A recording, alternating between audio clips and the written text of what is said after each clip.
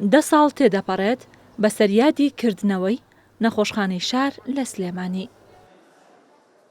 کردنەوەی نەخۆشخانەکە لە ساڵی 2013 بۆ هەنگاوێک بۆ پێشخستنی کەرتی تەندروستی لە شارەکە و خزمەتکردنی نەخۆشەکانی لە هەموو عێراق و هەرێمی کوردستان.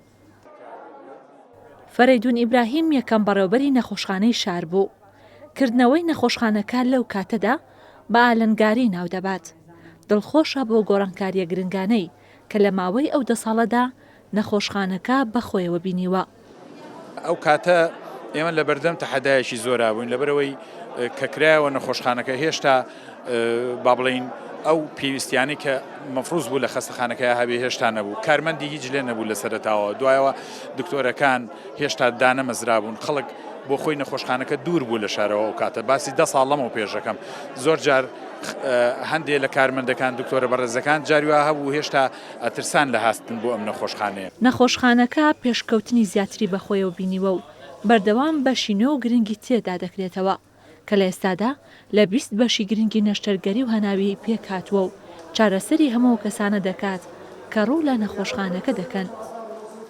واتوانین بە شایەتی هەموو لایەک کە بڵین لە ئاستێکی زۆر باش و خزمەتگوزارێکی زۆر باش بە شایەتی دۆستانی دەرەوەی ئەم وڵاتە لە ڕێکخراوی WHO لە ئەو ڕێکخراوانەی یا ئەو خوێندنە باڵایانەی کە هاتوون هەڵسەنگاندنیان بۆ ئەم نەخۆشخانەیە کردووە لە ئەنجامدا دەستخۆشی و بڵین دەنگ پێدانان بەم نەخۆشخانەیە بووە.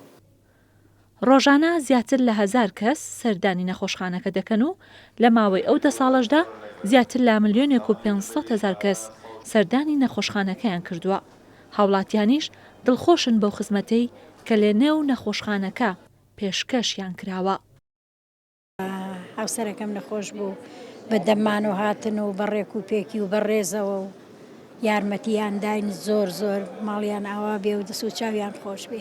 لەوانەیە 3 جار 4 جار چکە نەخۆشی دێشخانمێ وەڵڵا ئەوە نەڕێک و پێکن هەر لە کارمەندەوە هەر لە دکتۆرەوە هەمویان زۆر خزمەتی خەڵکەکەن. نەخۆشخانەی شار لە 28 ئایاری 2013 لە سلێمانی کرایەوە کە لە ئێستادا 534 بێدیمانەوەی نەخۆشی تێدایە و لەلایەن 500 پزیشکی پسپۆر و زیاتر لە 1700 کارمەندەوە خزمەت دەکرێن. نەخۆشخانەکە لە ئێستاشدا بووە تامەڵبەندێک بۆ پێگەیاندنی کادرانی پزیشکی بۆ خوێندنە باڵەکانی بۆردی عێراقی و عەرەبی و کوردستانی. ڕێزان محەممەد، کورسات نیوز، سلێمانی.